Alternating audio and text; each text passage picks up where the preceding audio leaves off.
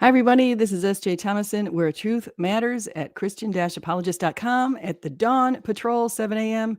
We're a little bit late because we got off on a rough foot in the last video, so I had to unlist it and start over just to be sure that you're able to catch the best moments of this video.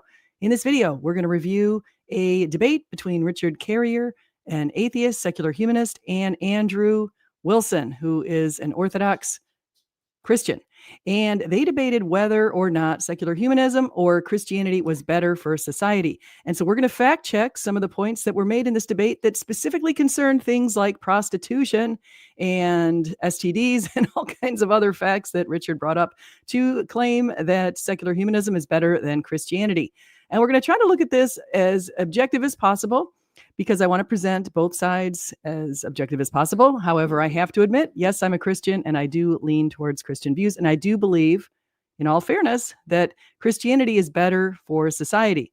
But before we get into this, let's go. Let's listen to what Richard has to say. Good morning, Gary Priestley. It's good to see you. Recognition of the inherent dignity and of the equal and inalienable rights of all members of the human family is the foundation of freedom, justice, and peace in the world, which is an empirically determined fact. You cannot reliably have freedom, justice, and peace in the world unless you recognize human rights and dignity.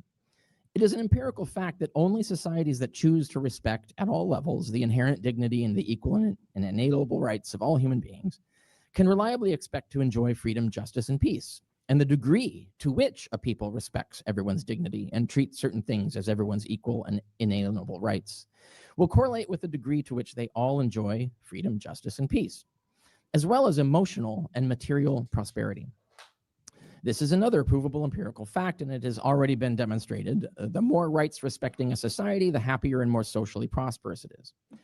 He and I could not agree more. Absolutely. We are 100% in alignment. He, I, and Andrew would totally agree that, yes, we want to respect the rights of all humans. So let's listen to what the first questioner has to ask Richard Carrier, who's the secular humanist, on this. We're going to jump into it very quickly. Come on up, Duff. Thank you. Dr. Carrier, you said human well-being above all else. Considering you're pro-choice and abortion completely disregards the well-being of that human being, isn't it correct to say you don't value human well-being above all else? Yeah, that's a good question. Oh, sorry. That's a good question because it didn't come up in the debate or anything like that. So the thing is human well-being, there has to actually be a person, right? So this, and it's evidence-based reasoning. So here's where, again, where I probably agree with you. I actually agree with the original Roe v. Wade decision, which said third trimester abortion does have right to child issues. So that the defense of the mother is the only way that you should have third trimester abortions. That's Roe v. Wade. That's actually the ruling that was there. I agree with that because it's ambiguous at that stage whether there's a person there or not because of the development of their brain. Before the third trimester, there's no physically possible way that there's a person in there. So this to me is downright ludicrous. Now, this is exactly what the Nazis did in World War II. It's exactly what the Americans did back in the 17 and 1600s to defend slavery and the 1800s. It's exactly the same thing. You basically revoke the personhood of a person, and you claim that personhood begins at some arbitrary point that's conferred by people upon other people. However, personhood is intrinsic. It begins at conception. Life begins at conception. A soul becomes a soul at conception. And personhood is something that's conferred only by God. And the other thing is, if you've ever looked at an ultrasound, which I have, I was told that I could terminate the pregnancy at 16 weeks when the baby had arms, legs, the head, the nose, the teeth, everything. All this stuff was inside my cute little baby. I could see it. Actually, I couldn't see the teeth, but I could see all of these other things, and I'm not sure if the teeth were there. But anyway, all of this other stuff, the teeth weren't there. They were inside the gums. But what I want to say is that we could see all this stuff at 16 weeks, way before the third trimester, which would have been the third group of 3 months at 6 to 9 months. So we can see that there is a baby inside of there, fully formed and fully developed. And I was told that because the baby had 2 soft markers for Down syndrome. And that rather callous statement, that depersonhood of my baby that had already been named and I had valued, my husband valued, in fact, God gave value to that the minute he was born. And so that's where we disagree vehemently. But we also have some other points of disagreement. And so let's listen to some of the other arguments that are brought forward here in this debate. And then I'm going to offer some responses to those arguments based on some facts. And we'll fact check. We're going to fact check both Andrew and Richard on some of the points that they're going to bring up in this debate. So let's go. And its Bill of Rights, which moved in the correct direction, literally outlining half of the 10 Commandments and establishing evidence and reason, the only basis for law and justice. And from that derived the most important humanist conclusion about politics: replacing violence as the principal threat or mechanism for resolving conflict with free speech and democracy, a concept we since expanded. Before that, the European wars of religion, known as the Wars of Reformation, had been tearing Europe up for 300 years. The American colonies were also founded in part to escape religious persecution. And before all that, the West was constantly entangled in holy wars since the fall of Rome. The death penalty was widespread and liberally applied, not only across several inquisitions. Elite violence and abuse against the poor and the enslaved was common. Apart from all that normalized violence, oppression was standard. Freedoms were scarce or limited, and most people lived in some degree of poverty, especially when we count slaves and serfs. When poverty for some after the Industrial Revolution fell to 25% of society, that was dependent on the backs of slave-based industry at home or abroad, and otherwise financed by conquest. And when those slaves are counted, the actual poverty level was still around 50%. This is all well established in studies ranging from Martin Ravaillaon's The Economics of Poverty, History and Measurement, and Measurement and Policy, and Michel Malat's The Poor in the Middle Ages, an essay in social history, as well as Guido Alfani's Economic Inequality in Pre-Industrial Times for the Journal of Economic Literature. That removing religion and replacing it with human-centered evidence-based reasoning would have resolved or prevented almost all of this has also been well established in modern scholarship, ranging from Hector Avalos' study Fighting Words, The Origins of Religious Violence, and The Reality of Religious Violence from I wanted to agree and disagree with Richard on some of these points, but I wanted to say a lot of his opening statement is true.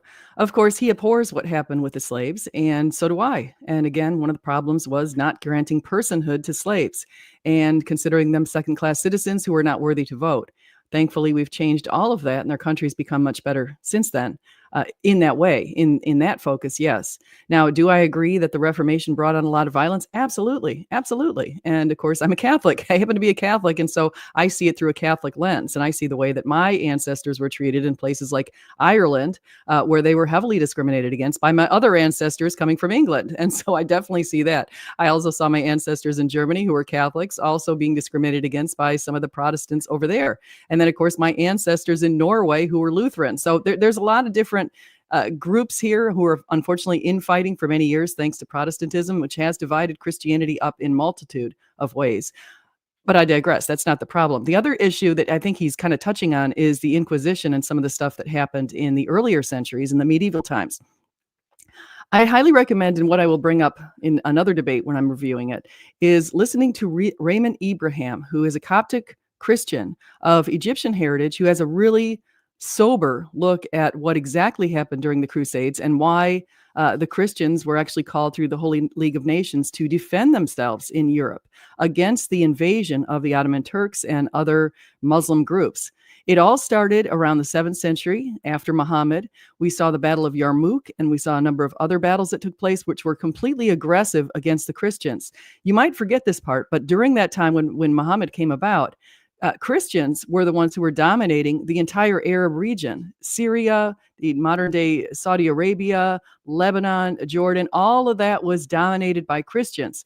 But once the Muslim faith took place, there were holy wars from the Muslims against the Christians until they became dominant in that entire region. And how did they do that? Well, they made the Christians pay the jizya. They forced them to convert, or they had to pay a tax, a very debilitating tax that was often much of what they were making in an entire year they had to pay. So they were completely constrained. Many of them had to flee, or they had to become slaves, or they had to be killed. And so a lot of stuff happened in those first centuries during the Muslim conquests.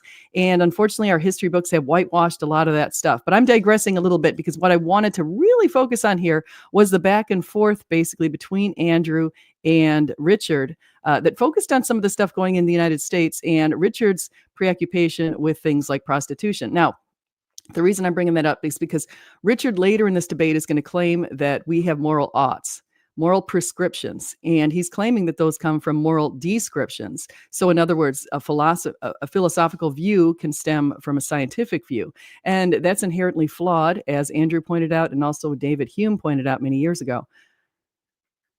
But I digress. Let's take a look. Let's listen to what they have to say with each other. Life, treating everyone the same, which means not equally, because everyone in their circumstances may differ, but equitably, and which means not in disregard of the evidence and the aim of general human good, but in response to them.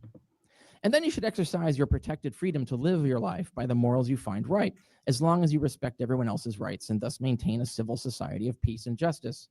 And on that, secular humanism applies the same two principles: human well-being before all else, and only what evidence and reason prove serves that end. So thank you for hearing me out, and I hope you will explore these ideas and the evidence for them further outside of this debate. Don't just believe me or Andrew. Fact check everything we say here and on, so you can come to your own informed and rational conclusion. And otherwise, thank you for having me here to make this presentation. So, Thank you very much.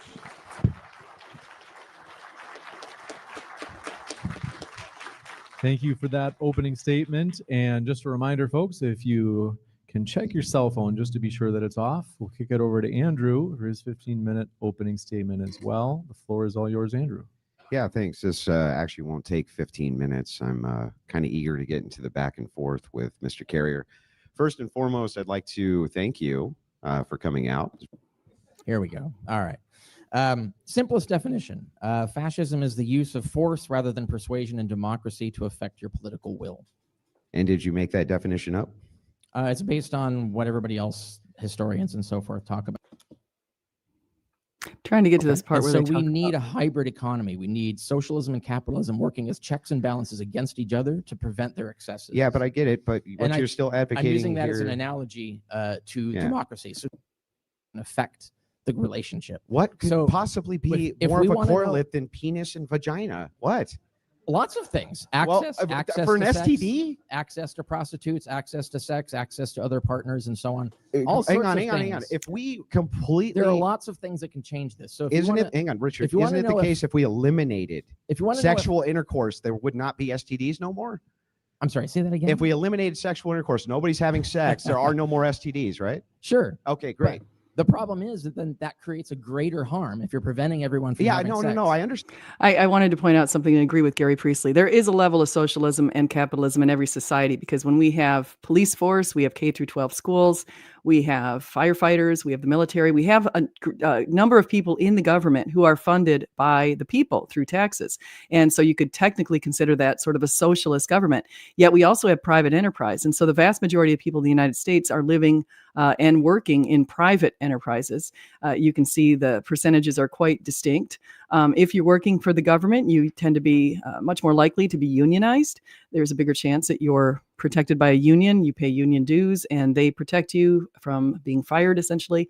And so there's a lot of stuff that comes on with the public versus private distinction, but every country does need that. Now we're going to get into whether or not we should restrict sex, we should restrict different outcomes, we should tell teenage girls at the age of 18 that they should not be prostitutes, and whether we should make that illegal for teenage girls at the age of 18 to have their OnlyFans accounts. Now that's kind of the thing that Andrew was going after right here. So here we go. Dan, So that's not my evidence-based, human-centered reasoning would but deny that's- that as that's not an my point. irrational move. Yeah, that's not my point. My point is that this idea that you have that STDs, right, don't increase even though the population is having Yeah. a lot more sex, because you're telling the population that it's fine to have a lot more sex because this God You're creature. wrong. You're scientifically wrong. And I can. How am I so there's- scientifically wrong? I'll give you an example. There's Okay. studies of polyamorous couples. The rate of STDs among monogamous couples is actually higher than the rate of STDs among polyamorous couples. Polyamorous couples are having way more sex than the monogamous people. Why is their STD rate down? Because they engage in safe sex. So that's the thing. You can't have that kind of correlation. If you're acting like a secular humanist, you're going to act in a rational way, and therefore you're going to evidence-based way. You're going to engage in safe sex, and therefore that's what we should promote. We should be teaching safe sex skills and so forth. So that, and that actually also has Richard- been shown when you actually teach people Richard, safe sex, what they actually hang have on, less STDs. hang on. so What there's less teen demographic? pregnancy. What demographic do you think is the most polyamorous? Would you say homosexuals? I don't know. Homosexuals? That I wasn't able to fact check. I did try to find it. I wasn't able to find this particular claim. Richard? So the relevant metric would be Richard, numbers. is it homosexuals? So no, you're asking about rate, but if you're talking about raw numbers, No, I'm there just are asking more, you, are there more polyamorous people Yes. who are yes, thank you. No. And no. what are the STD No, rates no. of those polyamorous people? No. You're wrong. There are more heterosexual polyamorous people because by raw I'm talking numbers. about per capita, clearly. Yeah, by raw numbers. Per capita doesn't make your argument though. By Yes, raw it actually numbers- does. What I'm saying is that if you have if it's polyamorous people, you're saying have less STDs. Let me clarify what he's saying in case some people don't really understand the per capita versus raw number distinction. In the United States, we have about 334 million people. We have quite a few people. We're the third largest country in the world, and almost everybody is heterosexual. So a very significant percentage of people, excuse me, if you go back to the silent generation and the boomers, technically it tends to be about, say, 3 to 5% of people were homosexual. My generation, Generation X, tended to be around 5% or so of people are homosexual. More recent generations, there is a larger percentage, but overall, it's a pretty small percentage of people who are homosexual. So if you talk about the raw numbers, of course, heterosexuals are going to more populate, say, a polyamorous group, which is a group of people who believe that they can have sex with multiple partners. They can still maintain, in some cases, a marriage, but they go sex outside of the marriage, and they call that polyamorous. And the homosexuals, of course, by population are smaller, so therefore there would be a smaller number of people who are homosexuals in the polyamorous relationship. So that's the idea. So why he says per capita is we should take it as a percentage of the overall population, okay, to look at whether or not polyamorous are more, meaning how many polyamorous people are there in total, and then how many polyamorous people as a percentage of the say, percent of gay people in the population versus the percent of heterosexuals. So here we go. If it is the case that when we look at homosexuals who are the most polyamorous, Yeah. they have the most STDs. What are you talking about? But dude? you aren't counting the polyamorous, like the actual polyamorous homosexuals, rather than just We can literally do it right now. Do you want me to go through and show you? Actual Yes, of course. homosexuals practicing is safe not- sex. You have a stat showing homosexuals practicing Well, safe no. sex. See, the thing is compared they to not have the having most safe amount sex. of sex. That's why they have the most amount of STDs. But the example I gave shows that you can have way more sex and get less STDs. And so if that works in one population, Actually, it'll you work in haven't. every You haven't population. demonstrated that. You just said it. No, but the it's thing- there's a study you can. Oh, find. there's a You study. can Google Where? it. From who? Let me look at it because that Absolutely. is. So yeah. Anybody can Google it. You just go Googling it, try to find STD rates compared between polyamorous and monogamous people. I couldn't find So, it, but just as I said in my opening, you don't have to believe what I'm saying. You don't have to believe what he's saying. You can go find this stuff yourself. And so all we're doing is informing. But I you did find a lot of and other so you know things. what to go look for in this. And this is the thing. So it proves that safe sex reduces STDs even with increased sexual activity. But it. I So mean, the but it lesson doesn't there- because if we the look at lesson the. there is to promote safe sex, right? Yeah. It's not to suppress, like send cops in to beat the shit out of you. Mhm. Like we don't need Stonewall to get STDs down. We just Okay. need to have people who actually act responsibly, and we teach them how to do that, give them the skills and the means and access to that stuff. Well, It also let's- lowers teen yeah. pregnancy. It lowers all the metrics that you're thinking of. Yeah, let's just make sure that we get this right. I want to get into the argument now so we don't get too derailed. When we start with how do you think it is possible, okay, that if it is the case that there is an invisible being that will punish people for wrongdoing, that they will be more likely to avoid the bad behaviors and promote others to avoid bad behaviors? We know for a fact that that's not the case. So the statistics show the more Christians are actually Christians are 3 times more likely to be teen mothers or single mothers than atheists. Okay, fact check. Let's fact check. Let's take a look and see what the facts say. Okay, let's see what they say.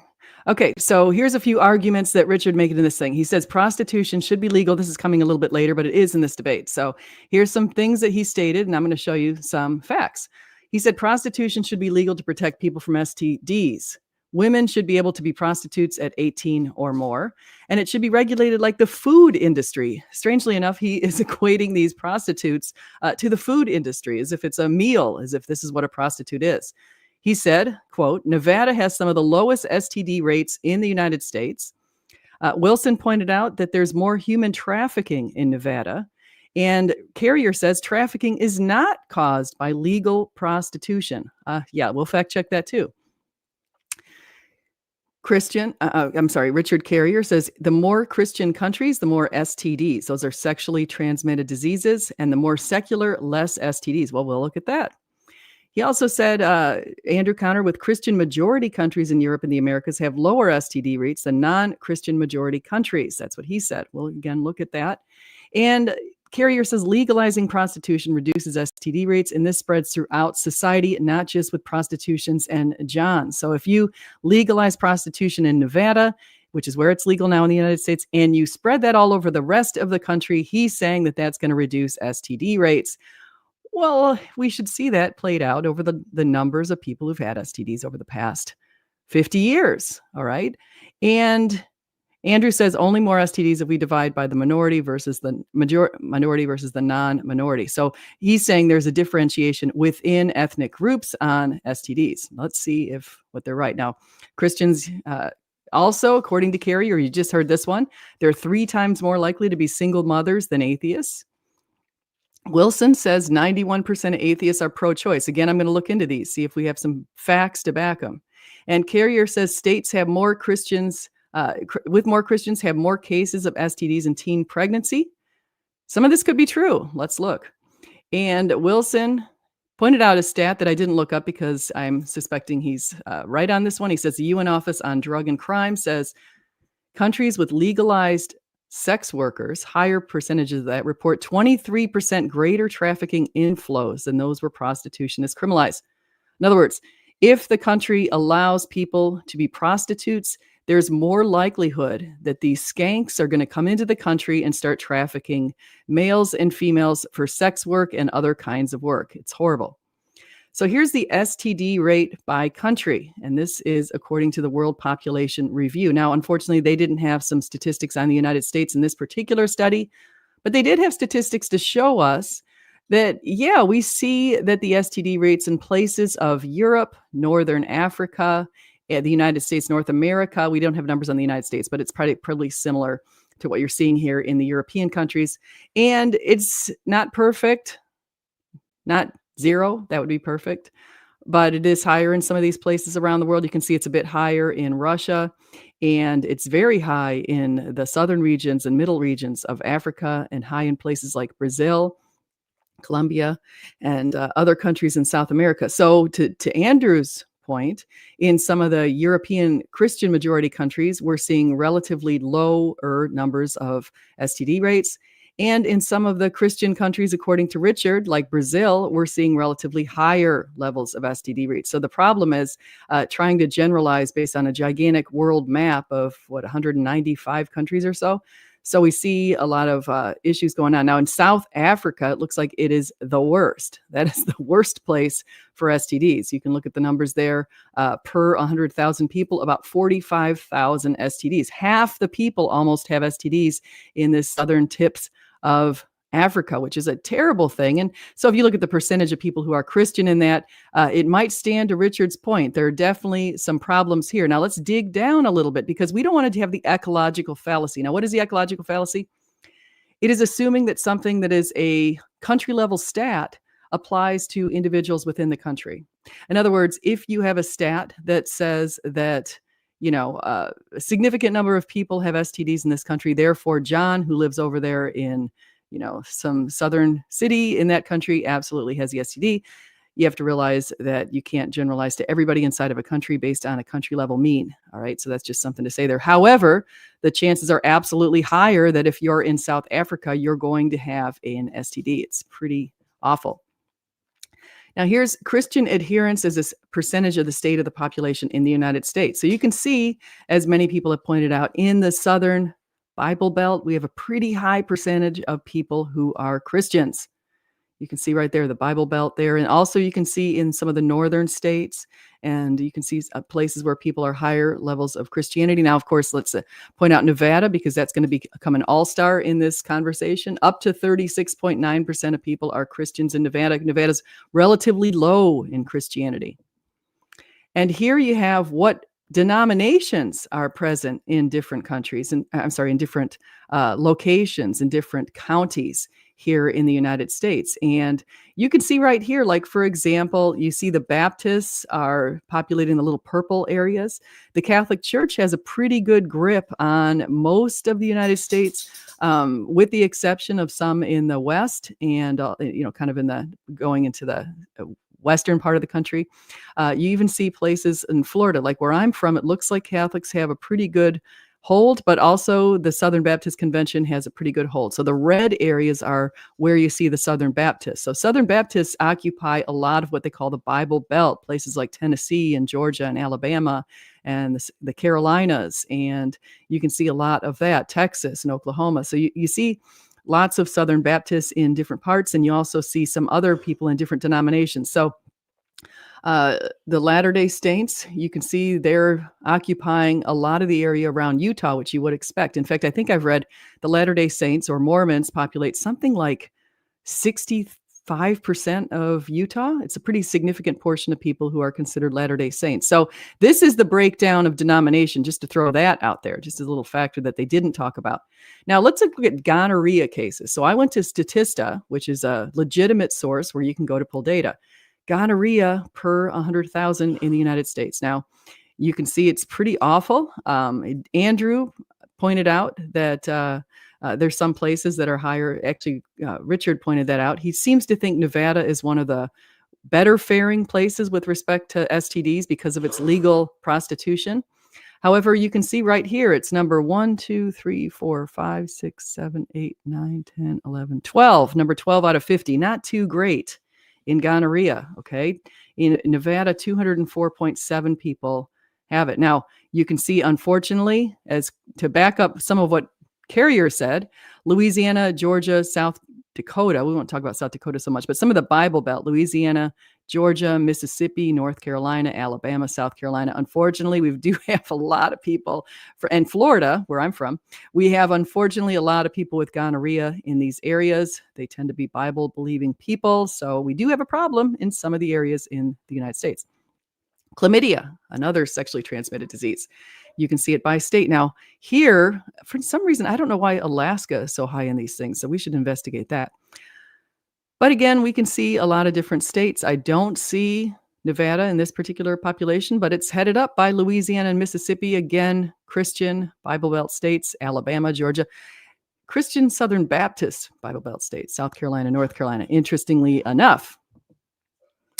And then you can see here in the United States between 1950 and 2023. Now, I went back here to 2010 because I couldn't get this silly chart to go back to 1950, but we see the rates are rising in syphilis cases, which is pretty darn awful. I mean, thankfully, syphilis is curable. It caused a lot of really disgusting deformities back in ancient times and also back in medieval times. But you see right here, 2023, the rise per 100,000 people, 2023, 62.5 people have syphilis. Ew. Egads. So the rate keeps going up. So that would suggest that our more lax views on things like prostitution and sexuality and the whole idea of free love and free sex that came about in the 60s has not done us very well with respect to STDs. Now, Richard would say, hey, just tell people to go wear protection, put a rubber on. Okay, that's his idea of protecting yourself. And then you can do whatever you want. And you won't have these STDs. But clearly we can see problems.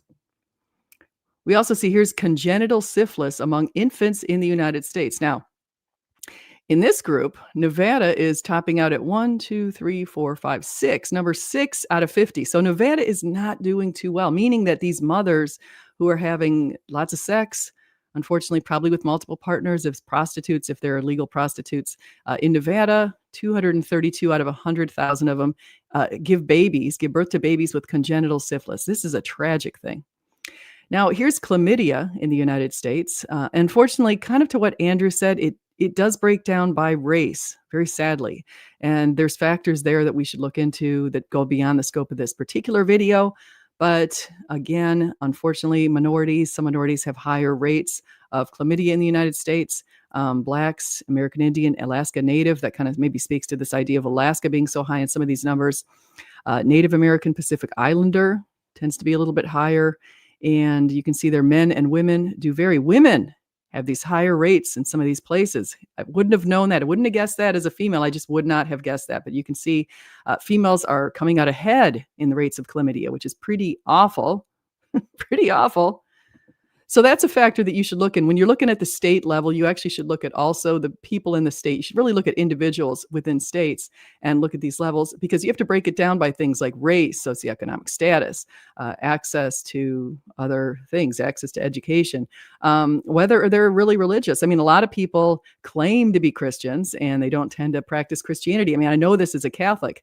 When I go to church at Christmas in the Catholic Church and Easter, the Creasters are there and the place is booming. It's full. It's full to such an extent we have to have an overload of tons of people. Catholics believe it's a mortal sin not to go to church every Sunday. And clearly, probably only a fourth of them do go to church every Sunday. The rest of them only show up as Creasters. Unfortunately, the Creasters are there. And they are not in alignment with what the Catholics say you should do. So if you actually broke it down and look at the Christians who are practicing Christians, I suspect some of these numbers would be a little bit different. But we don't have those breakdowns. Unfortunately, I did look for them. I didn't have them. Now, here are the human trafficking offenses, just to speak to Richard Carrier's claim that Nevada, he says Nevada, because of safe sex, STDs are better. He wasn't able to prove that. Also looking at safe sex, human trafficking. Andrew said that human trafficking is a big problem in places where legalized prostitution occurs. Well, clearly, if Nevada's number 3 in the country with its prostitution, and we have these trafficking offenses, it looks like there might be a relationship. Now, do we know for sure? Well, yeah, we do actually, because we have the government who's done a study on prostitution and human trafficking from the U.S. Department of State, Bureau of Public Affairs. Here is what it said. Prostitution and related activities, including pimping and patronizing or maintaining brothels, fuel the growth of modern-day slavery by providing a facade behind which traffickers for sexual exploitation operate. Where prostitution is legalized or tolerated, there is a greater demand for human trafficking victims and nearly always an increase in the number of women and children trafficked into the commercial sex slavery. So if you're a fan of legalization of prostitution, you need to consider the fact that this is detrimental to the health of the innocent, of women and children who are forcefully trafficked. Here's what it says according to the Journal of Trauma Practice. The vast majority of women in prostitution don't want to be there. Few seek it out or choose it, and most are desperate to leave it. A 2003 study first published in the scientific Journal of Trauma Practice found that 89% of women in prostitution want to escape. And children are also trapped in prostitution, despite the fact that international covenants and protocols impose upon state parties an obligation to criminalize the commercial sexual exploitation of children. This is horrific. It's inherently harmful. You see right here, it's damaging. It says field research in 9 countries concluded that 60 to 75% of women in prostitution were raped. 70 to 95% were physically assaulted. 68% met the criteria for post-traumatic stress disorder. Okay, this is horrible. And beyond this shocking abuse, the public health implications of prostitution are devastating and include a myriad of serious and fatal diseases, including HIV, AIDS. Also, increased rates of hepatitis B, cervical cancer, fertility complications, and psychological trauma. So if you are sitting there advocating prostitution, you are advocating horrific things on some of the weakest people among us, women. Women tend to be weak physically, can't fight against these horrible pimps who are doing horrible things to people. And it goes on all over the world. Here's what the Swedish government says. It's found that much of the vast profit generated by the global prostitution industry goes into the pockets of human traffickers. The Swedish government said international trafficking in human beings could not flourish but for the existence of local prostitution markets where men are willing and able to buy and sell women and children for sexual exploitation. This is disgusting. Disgusting. Now, here's what Richard says. Christians are 3 times more likely to be single parents. That's false. Couldn't find it. Looked everywhere. Instead, what we see is, quote, and actually it said it's false. I actually looked at places like ChatGPT, had it scan the internet because it looks for patterns. It said it's false. It said it's probably based on something like this study by Pew Research that says roughly 6% of Christians live in homes with one parent and no other adults. including 11% of children in Christian families. About half as many of the world non-Christians live in single-parent households. So that might be where Richard's getting his number. So about 3% overall of Christians are living in single-parent households. So the idea is, if you're living in a single parent household, it could kind of translate into whether or not you're a single parent yourself. Now, as Andrew pointed out, maybe Christians are more likely to carry the baby to term. And that is a glorious thing for the women who find themselves in a real quandary. They accidentally got pregnant, they fell in love with their boyfriend, get pregnant, and they think they have the only choice they can make is to go give their babies up and abort them. They have other choices. In the United States, for every baby given up for adoption, 36 willing and able parents are waiting. And you can actually preview those parents, the parent stories, if you go into some of these adoption agencies and adoption sites, like in the United States. There's lots of people who would love to care for your kids and maybe can't have kids on their own. Is it true that 91% of atheists identify as pro-choice?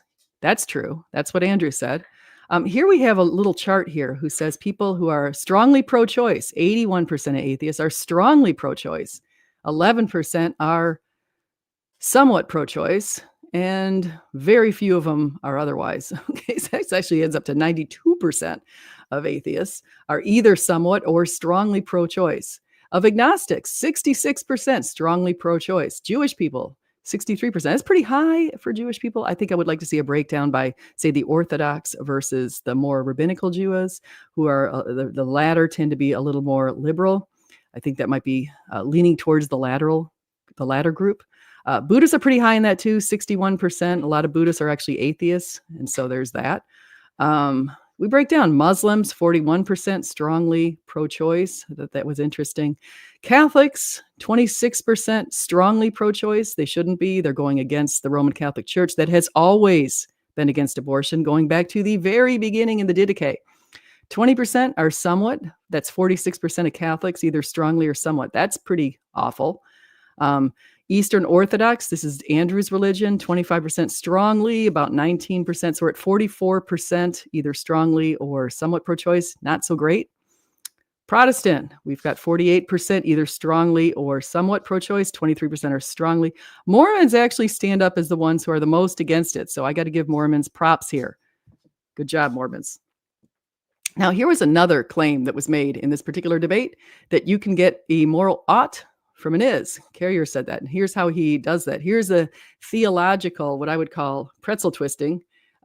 In fact, I would say that with this kind of twisting of the brain, this cognitive dissonance, this cognitive pretzels, I would say that Richard Carrier should win an award at the Olympics. The Olympic judges should award him for the gymnastics, the cognitive gymnastics that he must do to believe that we can get an ought from an is, because we can't. And that's a big argument, because do you feel like you have a moral ought to do certain duties? Do you feel like God has infused in you a moral ought? And that's what people who are religious believe. We believe that God has given us certain moral duties. Like, for example, within us, we all know that we should be fair. We have an innate sense to be fair, to be just. Richard has these values of fairness, justice, liberty, peace, physical prosperity, and emotional prosperity. And he says, because we have a goal, and those values plus the facts of the world equals a way that we can reconcile our goals and our values to create a moral ought for ourselves. But the question is, do we all have a moral ought? We can all create these goals in our own minds and create our own personal moral oughts. However, does the world have moral oughts to do the same thing? In a study by Schwartz that you might want to look at, Shalom Schwartz, coming out of Hebrew University, in 2012, he found something he considered, quote, shocking, astonishing, actually, I think was the word he used. He said that when he surveyed people all around the world and looked at the values, the moral values that people felt were important, these guiding principles, he called them, the number 1, number 2, and number 3 principles were the same in every single country. Number 1 was always the same, benevolence. In other words, being kind to the outgroup. In every single country, that was ranked on top of 10 values that included other values like hedonism, achievement, striving, security, conformity, tradition, all these other values. The number 1 was benevolence in every country. That shows me we've got a moral ought. Okay, it's a universal belief in this idea that benevolence is good. Number 2 and number 3 were either universalism and self-direction or self-direction and universalism. Universalism is being kind to the outgroup and to living plants and animals and that kind of thing in the world. And then we have the idea of self-direction, which is our taking on responsibilities and accountability for ourselves. And he found those are the top 3. Now, isn't that crazy? Those are in alignment with the world religions. The 7 major world religions, even atheism of the American Humanist Association, would believe those values are good, but they're also innate within us, as evidenced when you pull data like that. And you can't find a country with an exception. That's crazy when you think about it. Now, the idea of going from an is to an ought, as I said, it's within yourself, sure. You can try to create psychological contracts with your family or with other people to say we all ought to do this. But you can see where cultural moral relativism goes wrong in places like the Nazi Society or the Pitcairn Islands, where the older males feel like it's a duty to break in their virgin daughters to have sex with them basically when they're 12 years old, because that's how they break them into society. They think that's a moral duty. And so there are people in the world who have flawed ideas. And does that mean that that we should view, does that mean we don't have cultural universals? Well, no, that what I've just showed you is we do have cultural universals. I point out some different values here because there's a theory coming out of Jonathan Haidt and moral foundations theory. And he basically talks about the values of fairness and justice. And he says that everyone pretty much values fairness and justice all throughout the world, these moral foundations. And then if you're liberal, if you're a Democrat, you tend to value those even more strongly than other people. And then liberty is something that can be valued depending on conservative or liberal. A lot of people on both sides do value freedom and liberty and some of these other values. But some of the other values like purity, sanctity, authority, patriotism, loyalty, those tend to be valued more strongly by conservative groups, which is really interesting. There's variation, which is why you can see when Joe Biden and Kamala Harris were running for office, a lot of times they emphasized the poor, the needy, the helpless, and that spoke to the values of fairness and justice, which really spoke to the Democrats. And Trump ran all kinds of, his whole run was on the idea of the army, the military. He, of course, had Rushmore, where he had the patriotism there. And that spoke to the values of people in the conservative area. And so both of them were speaking to their groups. So Gary Priestley says, have I read the OT views on women? And what I would like to point out to Gary and also to people in these different debates is that a lot of times people want to emphasize the Jewish law and what happened in the ancient Jewish times, which was basically a descriptive of what was going on in ancient times, versus what happened with Jesus and the moral prescriptions that he gave us. What you might not know is that the very first person to discover that the Messiah was coming to the earth was Mother Mary. She was given that blessing when she was told she would be the one who would bear him, and by the angel Gabriel. And the very first person to discover Jesus' empty tomb was a woman, Mary Magdalene. So Jesus elevated women, not just her, but also other women, reported by all 4 Gospels. Women were the first to discover Jesus' empty tomb. Jesus gave women a lot of status, given the fact that they were considered of less than equal status with their testimony, according to people like Josephus. Josephus was an ancient Jewish historian, and he testified that you needed more women to testify to something that occurred than you needed males. And that was just the traditional prevailing view. And Jesus kind of broke that. And you can see today with all of the rights that females and males have, that our Christian society and the Christian engine upon which we've been running has really done well for males and females in giving us all equal rights, because ontologically, males and females are equal. We're all given equal love and status in the eyes of God.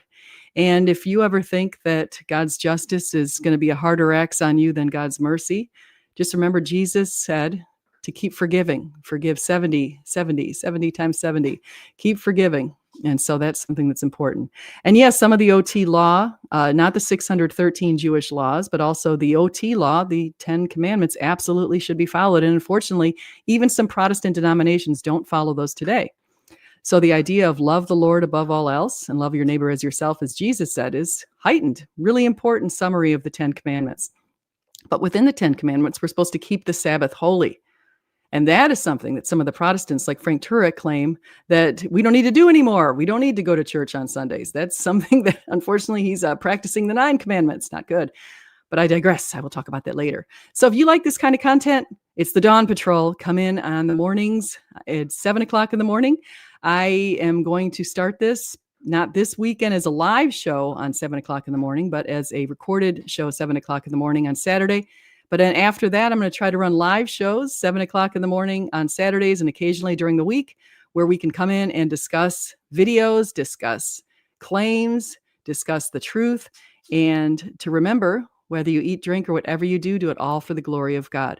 God bless you all for coming in today. If any of you are non-Christians and you would like to come on my channel sometime, and if you're interested in joining our new free-for-all, we're back to the free-for-alls. We're going to start those on Saturdays and Sundays where we open it up, open mic to everybody. Welcome to the non-Christians. Welcome to Christians. Welcome to Muslims. Welcome to anyone who wants to come in and share your viewpoint. Gary Priestley, you're in here the whole time, which is wonderful. Welcome, Gary. And I would love to have you come in at one of our open mics, share your point of view. Bring it with me. Bring some claims. If anything that I put up here today you disagree with, I would love to hear more. So you've come to the right place for this. Share this content, like and subscribe. Just remember, whether you eat, drink, or whatever you do it all for the glory of God.